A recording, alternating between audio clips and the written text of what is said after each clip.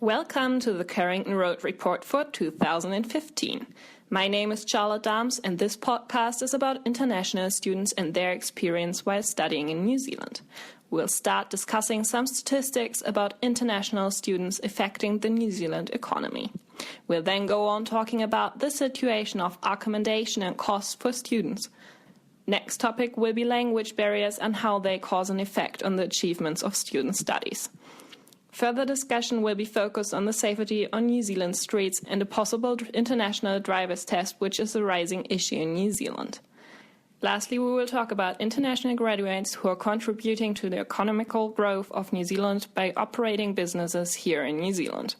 Morgan Parkhurst starts off by interviewing Bronwyn Watts, who is the study abroad and exchange manager at Unitec, and gives us a statistical background on the effect international students put into New Zealand's economy.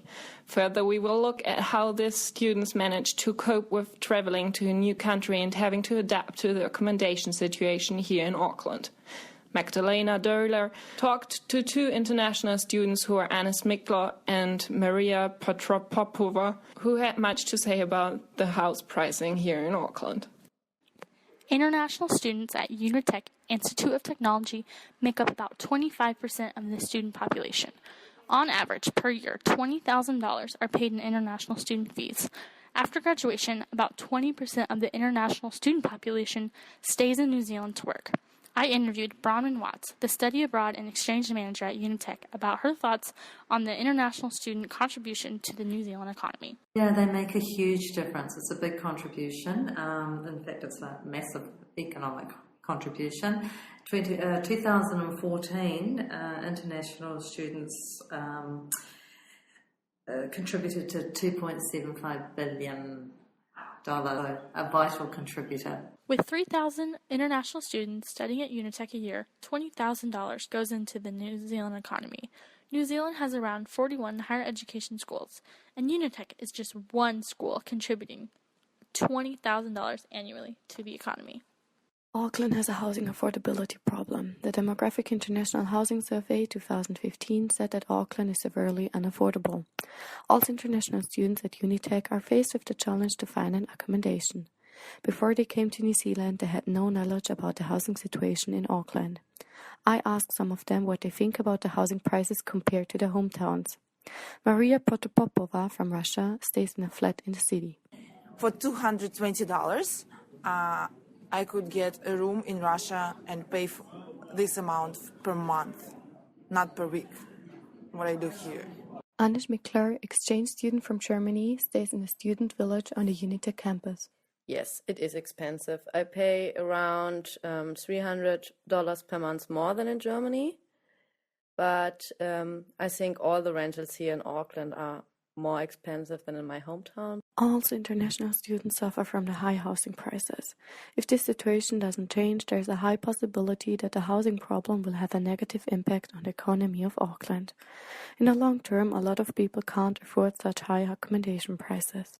International students who settle in Auckland sometimes find themselves struggling to adapt to the language and culture of another country. One of the most important aspects is that language enables students to understand lecturers and achieve the requirements for assignments that are mandatory to hand in. However, other students who have been here all their life have said that they also encounter difficulties with language barriers due to international lecturers. Una Tukia interviewed Frida Reza about her experience regarding this topic. While studying is important, international students keep coming to New Zealand because of the possibility to travel while their education program and afterwards. Charlotte Dahms talked to international student Josh Marshall about the difficulties and dangers driving on the other side of the road.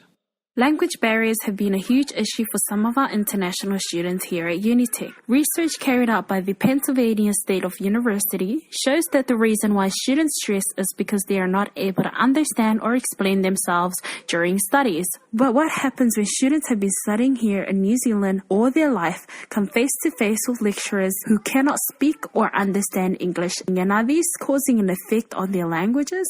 Frida here, who has been studying at Unitec for 4 years and will be graduating graduating next year, says that if there is language barriers between the student and the lecturers, it can cause an effect on their grades. I have had a teacher who did have a very distinct accent, but it wasn't the accent that bothered me. It was more the fact that she didn't know how to use her sentences or communicate effectively to the students. With learning centers such as Te Puna Ako Pacific Center in Maya, UniTech has provided a way for international students to become more confident in their assignment.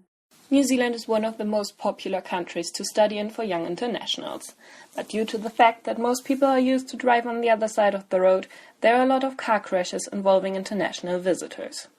In Otago and Southland combined from 2009 to 2013, there were more than 400 injury crashes with international drivers at fault. To decrease this number of crashes, there is a discussion about a compulsory driver's cognizance test for international drivers in New Zealand. I asked international UniTech student Josh Marshall from America what he thinks about such a test.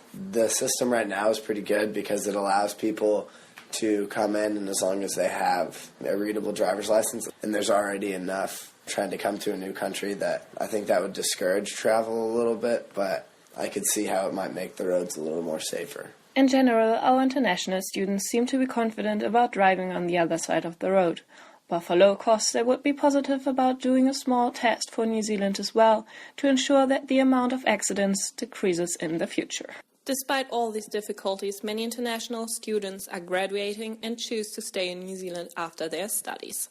Some of them start their own businesses here, contributing to the economical growth in New Zealand. Kate Han finishes off our podcast with a story about a Chinese student who started his own business here in Auckland after graduating from UniTech. International students play a huge part in New Zealand's economy. After graduating from UniTech, many international students have started their own business. Chris Shen is one of the examples. Hi, my name is Chris. I came from China and I've been in New Zealand for more than 6 years. I started commercial law and marketing like 3 or 4 years ago. And I noticed you just opened a nutrition store, so tell us about this business. It's actually a healthcare store, and we import from Australia and we sell locally and export to China as well. I think our business does contribute to the New Zealand economy in terms of exporting and boosting the local retail sales as well. The major source of the customers are Chinese. So I think we, as a business, contribute to the local market as well as the Chinese community as well. Like Chris Shen, many international graduates established their own business here in New Zealand, contributing to the economic growth of New Zealand. This was the Carrington Road Report 2015 on the special about international students in New Zealand. This program was produced by students enrolled in the Department of Communication Studies at UniTech.